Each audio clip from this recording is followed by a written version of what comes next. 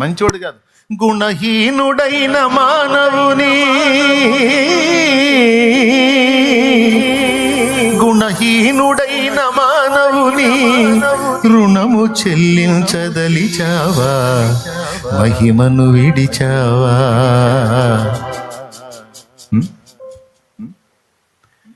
మంచితనమన్నదే లేని వంచకు నీ కరుణించావా. ఏముందయ్యా మా దగ్గర, ఎందుకయ్యా ఇంత ప్రేమించావు, ఇంత ప్రాణం పెట్టావు. ఏమండి, చెడిపోయిన కొడుకే బాగుండాలి, ఆరోగ్యంగా ఉండాలి, ఆశీర్వాదకరంగా ఉండాలి, నిండు నూరేళ్లు బతకాలి, వాడు అనేకులకి ఇచ్చే స్థితిలో ఉండాలి, వాడికి సమృద్ధి ఉండాలి, వాడు 10 మంది చేత మంచి అనిపించుకోవాలి, మంచి పేరు తెచ్చుకోవాలి, మంచి గుర్తింపు పొందాలి, వాడికి ఉద్యోగం రావాలి, వాడికి పిల్లలు పుట్టాలి, వాడి వ్యాపారం బాగుండాలి, నేనేమైపోయినా పర్వాలా నా బిడ్డ చల్లగా ఉండాలని కోరుకుంటావు కదా తండ్రి, కోరుకుంటావు కదా తల్లి, కోరుకుంటావు కదా చెల్లి. మట్టి పురుగు నీకే ఇంత ప్రేమ ఉన్నప్పుడు, ప్రేమ అంటేనే ప్రభు, ఆయనకి ఎంత ఉండాలి. ఇప్పుడు మరి ఆయన ఒక తండ్రి, ఆయన ఒక తండ్రి, మనకి తండ్రి, ఒక నాన్నగా నీ బిడ్డల గురించి నువ్వేం ఆలోచిస్తావో నాన్నగా మరి ఆయన ఏం ఆలోచిస్తాడు. నువ్వు దరిద్ర గొట్టు స్థితిలో ఉండాలని కోరుకుంటాడా? అప్పుల పాలై వాళ్ళ చేత ఇళ్ళ చేత చా అనిపించుకోవాలి, నువ్వు నలుగురు చేత నవ్వుల పాలు కావాలి, ఊహించుకునే స్థితిలో ఉండాలనుకుంటాడా? కోరుకుంటాడా? అదేనా దేవుని ఆశ? అదేనా దేవుని కోరికే? అసలు నేనేమై ఉండాలని నా ప్రభువు కోరుతున్నాడు, నా తండ్రి కోరుతున్నాడని ఒక్కసారి ఆలోచించు, నీకే అర్థమైద్ది. మరి అంత ప్రేమించేవాడు, నేను అంత బాగుండాలని కోరుకునేవాడు, మరి నేను ఇన్ని బాధలు పడుతుంటే మరి నన్ను ఎందుకు పట్టించుకోడు? నువ్వు చెప్పింది నిజమైతే మరి నాకు ఈ పరిస్థితులు ఏవి రావద్దు కదా. చెప్పండి, మీ అబ్బాయికి సూదులు పడవటం నీకు ఇష్టమా? మీ వాడిని పడేసి సూదులు పడవటం నీకు ఇష్టమా? మీ వాడిని ఒళ్ళు పచ్చడయ్యేటట్టు తన్నటం నీకు ఇష్టమా? నీ వాడు నీ కొడుకు కూతురు సంవత్సరాలు నీకు దూరమై బతకటం నీకు ఇష్టమా? ఒక్కరోజు ఊరుకుంటావు నీ బిడ్డ కనపడకపోతే? అమ్మాయి ఏదంటావు, అబ్బాయి ఏడంటావు సాయంత్రానికి. అదే బిడ్డ భవిష్యత్తు బాగుండాలని మనసు రాయి చేసుకొని హాస్టల్కి పంపిస్తావు ఏడుస్తానే, బాధంతా కడుపులో పెట్టుకొని ఏమీ లేనట్టు. వాడి బట్టలన్నీ తీసుకొని, అమ్మాయి బట్టలన్నీ తీసుకెళ్ళి ఆ కావాల్సిన వస్తువులన్నీ కొనిపెట్టి నిండు బండిలాగా లోపల గందరగోళం అయిపోతావు. ఈ పిల్ల లేకపోతే ఒక్క రోజు నడవదు నాకు, ఎట్టా గడపాలి, వీళ్ళు లేకపోతే ఇంట్లో కళే ఉండదు, ఎట్లా ఇప్పుడు ఏం చదువు, ఈ చదువు వల్ల నా బిడ్డను దూరం కావాల్సి వచ్చింది నేనని ఏడ్చుకుంటా తల్లిదండ్రి.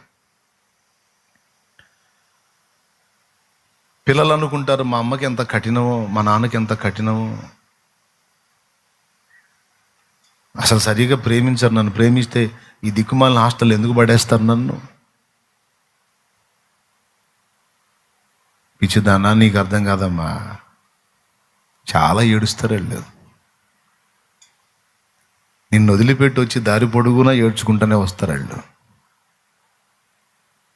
కానీ తప్పదు, నీ భవిష్యత్తు బాగుండాలి, అందుకోసం వాళ్ళ హృదయాన్ని, వాళ్ళ ప్రేమని అణుచుకొని, హృదయాన్ని రాయి చేసుకొని ఆ ఎడబాటుని ఇష్టపడతారు.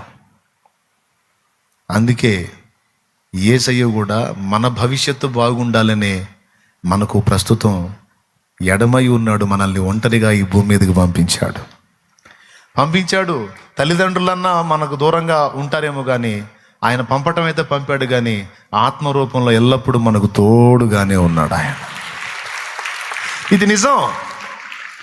అమ్మా నాన్న హాస్టల్లో వదిలేసి ఇంక పట్టించుకోకుండా వదిలేస్తారేమో, ఎప్పుడో ఆ సెలవు రోజు పోయి పలకరించి వస్తారేమో, కానీ ఈయన చూడటానికి మనకు దగ్గర లేనట్టే ఉన్నాడు, కానీ ఆత్మ ద్వారా నిరంతరం రాత్రింబగళ్ళు మనతోనే ఉన్నాడు. తల్లిదండ్రులకి బిడ్డ ఎడబాటు ఇష్టమా కష్టమా? మీరు చెప్పండి. మీ పిల్లలు ఎప్పుడు ప్రతిరోజు మీతోనే ఉండాలని కోరుకుంటారా? వద్దు వాడు నా దగ్గర వద్దు, వాడు దూరంగా ఉండాలని కోరుకుంటావా? అమ్మాయి దూరంగా ఉండాలని కోరుకుంటావా? పెళ్లి చేసిన తర్వాత కూడా అల్లుడిని ఎట్టన్నా బతిలాడుకొని వాడిని కూడా ఇంట్లో తెచ్చిపెట్టు. ఎందుకు? అమ్మాయి కోసం, కూతురు కోసం. కొంతమంది పాపం అత్తమామలు కోడల్ని గట్టిగా ఇబ్బంది పెడితే కొడుకుని ఏడ దూరం చేసిద్దని కొడుకును పక్కన పెడతారు, కోడల్ని పూజిస్తూ ఉంటారమ్మా.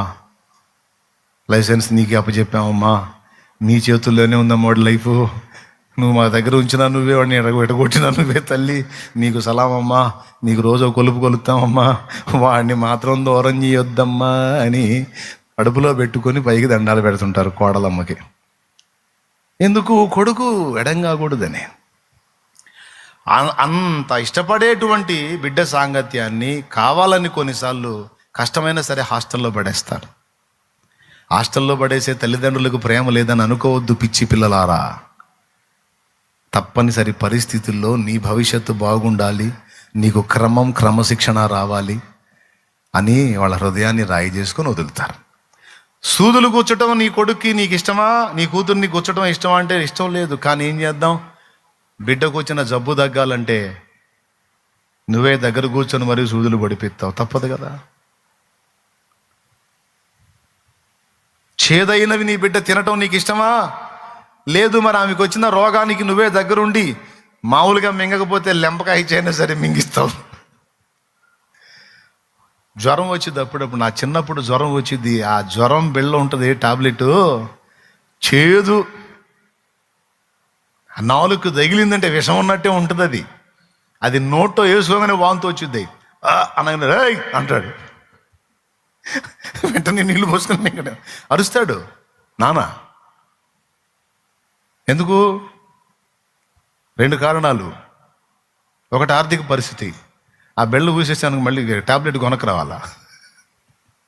రెండోది అది మింగకపోతే నేను పోతా, జ్వరం కదా, అది తగ్గాలి, టాబ్లెట్. చేదు తినటం ఇష్టం లేదు మనకి, మన తండ్రికి కూడా ఇష్టం లేదు. కానీ మనకు జ్వరం వచ్చినప్పుడు ఆయనే చేదు తెచ్చి మింగిస్తాడు. సూదులు గుచ్చటం మనకి ఇష్టం లేదు, మన నాన్నకు కూడా అస్సలు ఇష్టం లేదు. కానీ ఏం చేద్దాం? మాయదారి రోగాలు వచ్చినప్పుడు దగ్గరుండి మరి. అలాగే పుట్టటమే మనం రోగులుగా పుట్టాం. ఆదాం హవ్వల రక్తం పంచుకు పుట్టాం. ఆ రోగం పేరు పాపం. ఆ పాప రోగంతో పుట్టాం కనుక ఈ ట్రీట్మెంట్లన్నీ అవసరమైనాయి. బాలుని హృదయంలో మూఢత్వం స్వాభావికంగా పుట్టును, శిక్షాదండము దాన్ని తోలివేయును. అర్థమైందా? లేకపోతే ఆయన మనల్ని ఏమైనా ద్వేషిస్తాడా? మనకేమన్నా శత్రువా? ఆయన ప్రేమించినట్టు మనల్ని ఎవరు ప్రేమిస్తారని? అంత ప్రేమించేవాడు ఇన్ని బాధలకు ఎందుకు అప్పచెప్పాడంటే తప్పలా. అవసరాన్ని బట్టి అగ్ని వంటి శ్రమలు కలుగుచున్నవని తెలిసి కలత చెందబోకు. అవసరాన్ని బట్టి అగ్ని వంటి శ్రమలు కలుగుచున్నవని తెలిసి కలత చెందబోకు. నిన్ను పిలిచిన దేవుడు నమ్మదగినవాడు, శోధనలో నిన్ను విడిచిపెట్టిపోడు. కంటి పాపల తోడుండి కాచుకుంటాడు, కన్న తండ్రిల తోడుండి ఆదుకుంటాడు. ఏమండి, ఈరోజు నీలో నాలో మంచి అనేది ఏదన్నా డెవలప్ అయిందంటే ఆ శ్రమానుభవం వల్లనే మనకి ఇవన్నీ వచ్చినాయి. నేను ఏమనుకోవద్దు, చాలాసార్లు చెప్పాం, మళ్ళీ చెప్తున్నా. ఆ కొలిమిలోకి దేవుడు కానీ మనల్ని తేకపోతే మనంత నడవంతరం, మనంత మిడిమేళం ఇంకొకడు ఉండడు. స్తోత్రం. దీన్ని ఎంతమంది ఒప్పుకుంటారు? అవునా? అందరూ 2 చేతులు ఎత్తుతున్నారు. దేవుడికి స్తోత్రం కలుగును కాక. నిజమా కాదా? ఒక రేంజ్లో మనల్ని సాధన చేసుకొచ్చాడు కాబట్టి. అంటే ఇవన్నీ అవసరమా అనవసరమా?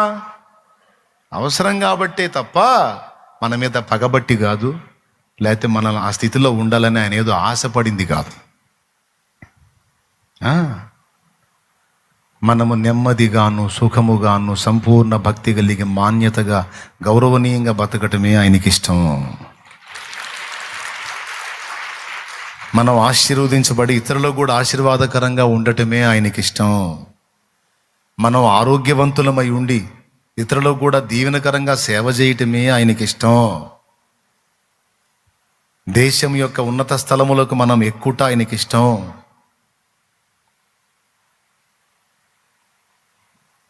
ఏమండి, రిక్షా దొక్కి జీవించి ఆయన కొడుకు పుట్టాడంట. ఏం చేస్తావురా కొడుకు పుడితే అంటే, కష్టపడి డాక్టర్ని చేయాలన్నాడంట. ఈయనేమో రిక్షా దూకుతాడు, కొడుకేమో డాక్టర్ కావాలని. ఒకసారి పోలీస్ సెక్యూరిటీతో ఒక అమ్మాయి చౌరాస్తాకు వచ్చింది, ఒక సెంటర్కి వచ్చింది. 4 రోడ్ల కూడలి. అక్కడ ఒక పెద్ద ఆయన రిక్షా బండి పెట్టుకొని కూర్చొని ఉన్నాడు. వరుసగా రిక్షా బండ్లు ఉన్నాయి, ఒక పెద్ద ఆయన కూర్చొని ఉన్నాడు అక్కడ. ఈమె కారు దిగి ఆ రిక్షా ఆయన దగ్గరికి వెళ్ళి ఆ రిక్షా ఎక్కి కూర్చుందంట. ఈ వచ్చిన సెక్యూరిటీకి అంతా మైండ్ పోయి, మేడం అది మీకు భద్రత కాదు, మేమంతా ఉన్నాం కదా, మీరు ఏంటి మేడం అంటే, ఇంక మీరు వెళ్ళిపోంటారు బాబు, నేను వెళ్ళిపోతాను అన్నట్ట. అట్లా కుదరదు మేడం, మా బాధ్యత ఇది అంటే, సరే అంతగా మీకు ఇంట్రెస్ట్ ఉంటే వెనకబెట్టరండి, నేను మాత్రం ఈ రిక్షాలోనే పోతా అందంట. ఆయన నవ్వుతున్నాడు, ఆమెకెళ్ళి చూస్తున్నాడు, వాళ్ళకెళ్ళి చూస్తున్నాడు. చూస్తావే పద, ఇంకంతే ఎక్కి కూర్చొని తొక్కుకుంటా తీసుకెళ్తాను. వాళ్ళు బయటలాడు, మేడం అర్థం చేసుకోండి మేడం. ఏందయ్యా, ఏంది మీ గొడవ? మేము వస్తాం మేడం, కారు ఎక్కండి మేడం అంటే, కారు ఎక్కేదైనా పిచ్చోడా ఆయన, మా నాన్నరా నాయన.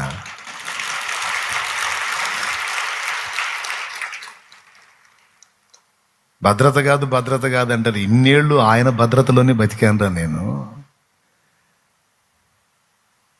తన ప్రాణమైనా పెట్టేస్తాడు నా కోసం మా నాన్న. నన్ను ఐఏఎస్ ఆఫీసర్ చేయాలని ఆశపడ్డాడు, దానికోసం అహోరాత్రాలు కష్టపడ్డాడు. ఇదే రిక్షా తొక్కి రూపాయికి రూపాయి భద్రం చేసి చదివించాడు. ఈరోజు నేను ఆ మెట్టుకెక్కి ఆయన కళ నిజం చేసి ఆయన బండి ఎక్కాను నేను. అంటే ఏడ్చుకుంటా కళ్ళు దుడుచుకుంటూ పోతాను. కూతురు మాటలిని రియల్గా జరిగింది. నెట్లో చూడండి, ఇట్లాంటివి చూడండి, చెత్త చూడవాకండి. ఏడాడి చెత్త అంతా చూసి మైండ్ పాడు చేసుకుంటారు చెత్త వారాలు. ఇట్లాంటివి చూడండి, జీవితాలు మారుతాయి. పిల్లలకు చూపించండి, ఆదర్శంగా తీసుకుంటారు. రియల్గా జరిగింది. దేవునికి స్తోత్రం కలుగునుగాక. రిక్షా దొక్కే ఒక రిక్షా కార్మికుడు, నేను రిక్షా దొక్కుతున్నా, నా బిడ్డ ఆ స్థితిలో ఉండకూడదు, నా బిడ్డ ఉన్నత స్థితిలో ఉండాలి. రిక్షా దొక్కే కార్మికుడే తన బిడ్డని కలెక్టర్ చేయాలనుకుంటే, సర్వాధికారి అయినటువంటి దేవుడు ఆయన పిల్లలమైన మనల్ని ఎలా చూడాలనుకుంటాడు ఒక్కసారి ఊహించండి. ఉన్నతంగా చూడాలనుకుంటాడా, దరిద్రంగా చూడాలనుకుంటాడా? అర్థం కాలేదా మరి దేవుని మనసు నీకు? అర్థమైందన్నయ్య, నువ్వు చెబితే ఆలోచన వస్తుంది, కానీ మరి నాకు ఈ పరిస్థితులు ఏంటంటే, ఇందా చెప్పాగా, అవసరాన్ని బట్టి నీలో వినయము, సాత్వికము, మృదుత్వము, నిర్వలత్వము, మంచి మనస్సాక్షి, దైవిక ప్రేమ, స్వస్థ బుద్ధి, విశాల హృదయం, ఇవన్నీ, క్షమాగుణం, దయాగుణం, కనికరం మొదలైనవన్నీ నీకు రావాలంటే నలిగిన విరిగిన అనుభవాలు నీకు నాకు ఉండాలి. అందుకని అంతే తప్ప నిన్ను నన్ను శాశ్వతంగా శాపానికి, దరిద్రానికి, రోగానికి, నిందకి, అవమానానికి, ఈ వేదనలన్నిటికీ శాశ్వతంగా అప్పచెప్పాలనేది ఆయన ఉద్దేశం కాదు. కాదు కాదు కాదు కాదు కాదు కాదు కాదు కాదు అర్థమైందా? మీకు క్లియర్గా అర్థమైందా? కాబట్టి యేసయ్యను చేర్చుకున్నారు. ఆయనకు సముచిత స్థానం ఇచ్చి, అసలు ఆయన మిమ్మల్ని ఏమి చేయగోరుచున్నాడో, ఆయన మీ నుంచి ఏం ఆశిస్తున్నాడో అది మీరు అర్థం చేసుకోవటానికి ట్రై చేయండి. యేసు ప్రభుని చేర్చుకున్న గృహము, యేసు ప్రభుని చేర్చుకున్న హృదయము, నిజంగా యేసుకి సముచిత స్థానం ఇచ్చే సంఘము, ఈ మూడు వర్ధిల్లుతాయి.